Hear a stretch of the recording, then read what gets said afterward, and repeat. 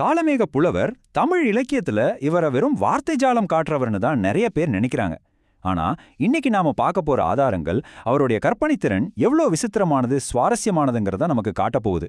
ஒரு சாதாரண நிகழ்வை எப்படி ஒரு நாடகமா மாத்துறாருன்னு தெரிஞ்சுக்கலாம். வாங்க நேரடியாவே விஷயத்துக்கு போவோம். திடீர்னு வானத்துல ஒரு பறவை பாய்ந்து வந்து உலகத்தை காக்கிற கடவுளையே கடத்திட்டு போனா எப்படி இருக்கும்? கொஞ்சம் கற்பனை செஞ்சு பாருங்க. ஒரு நிமிஷம், என்னடா இது ஒரு ஹாலிவுட் படத்தோட கதை மாதிரி இருக்கேன்னு தோணலாம். ஆனா இந்த விசித்திரமான திகழான சூழ்நிலையை தான் காளமேகம் தன்னோட கவிதையில ஒரு மாபெரும் காட்சி பதிவா நமக்கு கொடுத்திருக்கார். ஒரு பெரிய கடவுளை ஒரு சாதாரண பறவை தூக்கிட்டு போறத நம்ம எப்படி புரிஞ்சுக்கலாம்? அந்த பதற்றத்தை அவர் வார்த்தைகள்ல எப்படி சொல்றாரு தெரியுமா?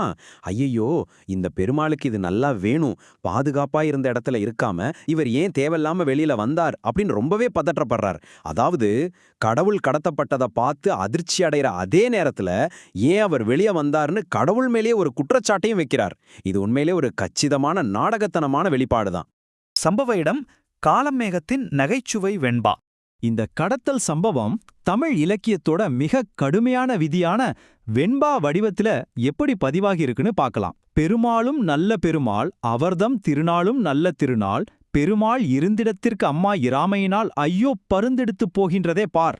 என்ன ஒரு அருமையான வரிகள்! ஒரு நல்ல திருவிழா நாள்ல பெருமாளை ஒரு பருந்து தூக்கிட்டு போகுதுன்னு யாரோ ஒருத்தர் கூக்குரல் இடுற மாதிரி இது அமைஞ்சிருக்கு. மேலோட்டமா பார்த்தா இது கண்டிப்பா ஒரு கேலியான பாடல்னு தான் நமக்கு தோணும்.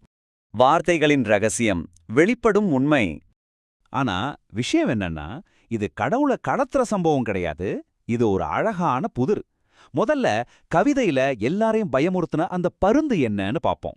அது வானத்துல பறக்கிற சாதாரண பருந்து இல்ல, அது கருடன். பெருமாளோட கம்பீரமான வாகனமான கருடனைத்தான் காளமேகம் ரொம்ப கேஷுவலா பருந்துன்னு சொல்லி நம்மள திசை திருப்பியிருக்கார். அடுத்து அந்த பருந்தால கடத்தப்பட்ட பெருமாள் யார்? நம்ம ஆதாரங்கள் ரொம்ப தெளிவா சொல்லுது. இங்க பெருமாள் அப்படிங்கிறது காஞ்சிபுரத்துல இருக்கிற புகழ்பெற்ற வரதராஜ பெருமாளை குறிக்குது. ஒரு பிரம்மாண்டமான திருவிழாவுல கருட வாகனத்துல வரதராஜ பெருமாள் கம்பீரமா ஊர்வலம் வர காட்சியை தான் கவிஞர் இப்படி விவரிச்சிருக்கார். கடைசியா இருந்திடத்திற்கம்மா இராமையினால் அப்படிங்கிற வரிக்கு வருவோம். அதாவது தான் இருந்த இடத்துல இல்லாம ஏன் வெளியே வந்தார்னு கவிஞர் கேட்கிறாரு இல்லையா? இங்க இருந்த இடம் அப்படிங்கிறது அந்த புனிதமான கோவிலோட கருவறையத்தான் குறிக்குது. கடவுள் தன் கருவறையை விட்டு ஏன் வெளியே வந்தார்? திருவிழா கூட்டத்தை பார்க்கவும் தன்னை நாடி வர்ற பக்தர்களுக்கு அருள் கொடுக்கவும் தான் அவர் கருட வாகனத்துல வெளியே வந்திருக்காரு. இந்த ஒரு மங்களகரமான நிகழ்வைத்தான் கவிஞர் இப்படி ஒரு ட்விஸ்ட் வச்சு பார்த்திருக்காரு. குழந்தைத்தனமான வியப்பும் தெய்வ முரணும். இந்த இடத்துல ஒரு விஷயத்தை நம்ம கவனிக்கணும். காளமேகம் ஒரு மாபெரும் திருவிழாவை ஒரு குழந்தையோட வியப்போட பார்த்திருக்காரு. தன்னோட பொம்மையை ஒரு பறவை தூக்கிட்டு போனா ஒரு குழந்தை எவ்வளோ பதட்டப்படுமோ அதே மாதிரி ஒரு மாசற்ற பார்வையில தான் அவர் இதை பார்த்திருக்காரு. ஒரு பக்கம் வெளிப்படையான கேலி மாதிரி தெரிஞ்சாலும் மறுபக்கம் கடவுள் தன் பக்தர்களுக்காக வெளிவந்த கருணையை போற்ற ஒரு மறைமுகமான புகழ்ச்சி இதில் அடங்கியிருக்கு. இதுக்கு பேர் தான் தெய்வ முரண். ஒன்னு சொல்ற மாதிரி தோன்றி ஆழமா வேறொன்றை உணர்த்துறது. வாழ்க்கையின் சிறு அனுபவ காவியங்கள். சிறு அனுபவ காவியங்கள். நம்ம மூல ஆதாரம் ரொம்ப அழகா குறிப்பிடுற மாதிரி காளமேகத்தோட வாழ்க்கையில நடந்த இது போல எத்தனையோ சின்ன சின்ன சுவாரஸ்யமான தருணங்கள் ஒவ்வொன்றுமே ஒரு சிறு அனுபவ காவியம்தான். ஒரு சாதாரண காட்சியை கூட தன் கற்பனையால ஒரு காவியமா மாத்திர மேஜிக் அவருக்கு தெரிஞ்சிருக்கு. அப்போ காளமேகத்தோட கவிதைகளை தப்பா புரிஞ்சுக்காம இருக்க நாம என்ன செய்யணும்? இந்த சின்ன சின்ன தருணங்களை காவியங்களா பார்க்க பழகணும். அந்த குழந்தைத்தனமான கற்பனை உலகத்துக்குள்ள நாமும் போகணும். வெறும் வார்த்தைகள்ல இருக்கிற கேலியை தாண்டி அதுக்குள்ள ஒழிஞ்சிருக்கிற இந்த தெய்வமுரணை ரசிக்க கத்துக்கணும்.